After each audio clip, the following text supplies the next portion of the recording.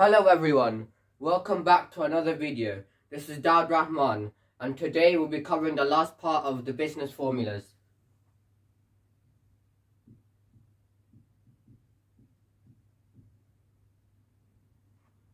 Business formulas, part 3. Now, the first part we'll cover, this part covers liquidity ratios and efficiency ratios. But they're both split into two categories. So liquidity ratios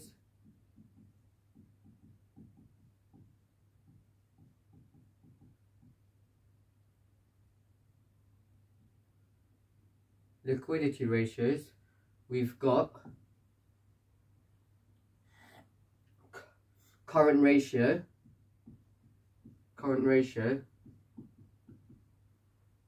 and we've also got liquid capital ratio.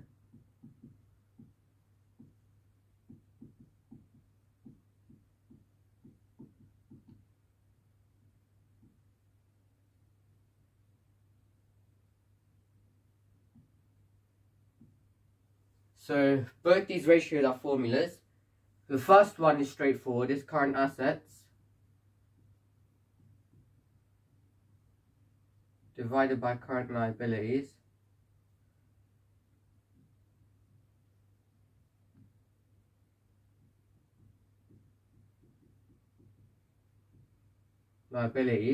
and the second one, this one's a more complicated, but current assets take away inventory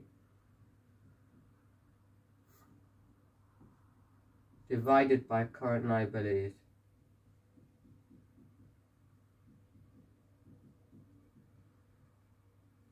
So this formula, they've added the word inventory in, and that can refer to anything that is inside the business and is stored in the business for a period of time. So inventory, like for example stock is stored in the business until demand increases. If they don't have enough if the business doesn't have enough products to satisfy the demand, the extra stock can be used to satisfy the demand. It depends on the amount of stock they have. They can use the stock, however stock is expensive and it's costly. They'll need to ship the stock. They'll need to ship the stock from one place to another, which is expensive. The transport cost will increase. Maybe shipping from, instead of shipping using a lorry or a truck, they can instead try shipping using maybe a ferry or something like that. It's cheaper and it gets there quicker as well. So current assets, current liabilities. Current assets is straightforward. It's what a business owns in a short period of time. And current liability is what a business has to give back in a short period of time. So those are liquidity ratios. Current assets equals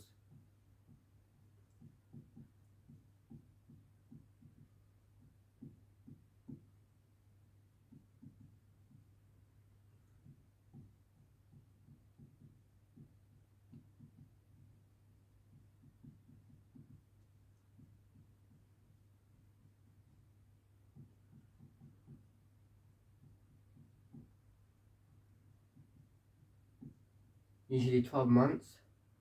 Current liabilities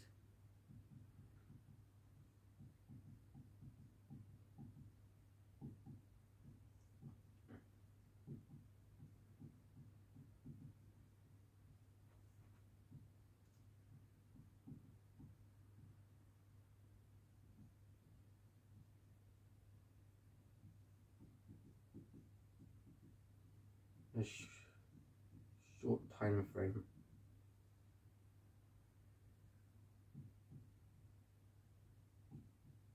Usually 1 year.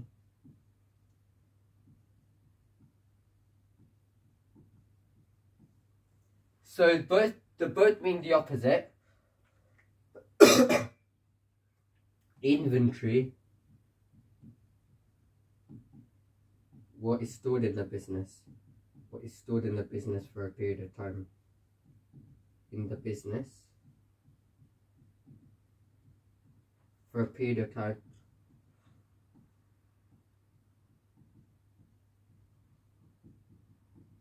To keep it running.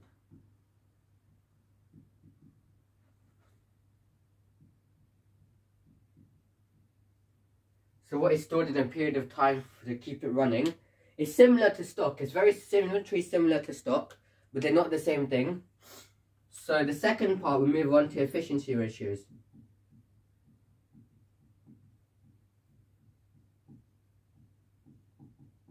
Efficiency ratios.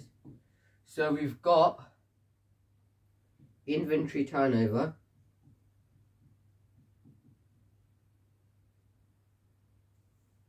Got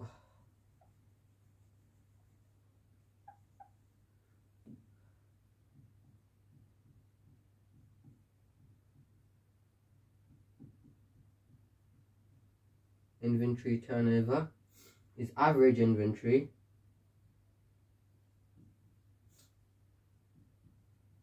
divided by cost of sales times by 365. The reason why it's 365 is because that's the number of days in a year.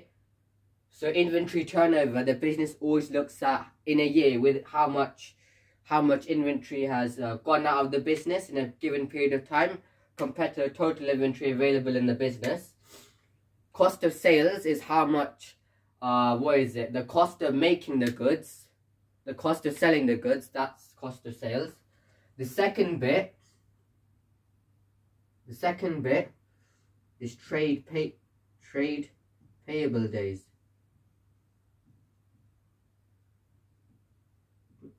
Now that is trade payables divided by credit purchases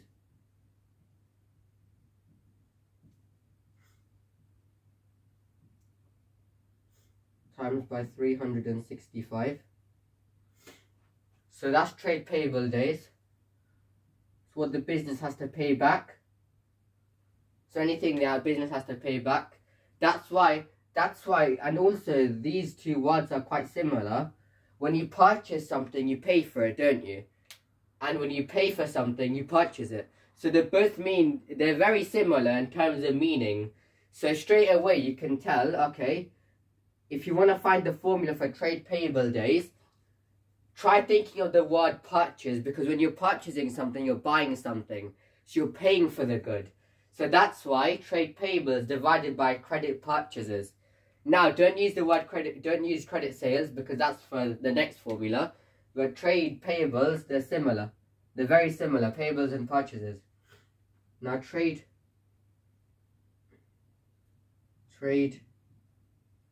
receivable days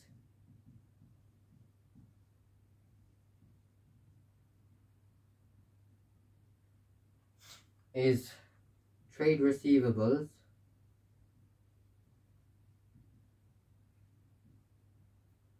divided by credit sales, as I said, times by 365. Now, it's interesting, this is also similar. The meaning, receive and sale. Receive and sale. When you receive something as a business, like, it's coming into the business. When you receive something, it's what's going inside of you, you get it. When you sell something, you gain profit in return, don't you? So receivables and sales, they're similar in meaning. They're similar to payable and purchases. So the best way to remember the formula for trade receivable days is think about what receive means in terms of the business context, is what a business gets, maybe increased profit from selling goods. So straight away when you sell goods, you can think of the word sales. So credit sales times by 365. So that's the best way to remember this formula. So, and Happy New Year, everyone. Yeah, so that's it for my video today. I'll make a Happy New Year's video next, so I hope you had a good time. Like, comment, share, and subscribe, and hit the notification button and the subscribe button for more updates. Peace out.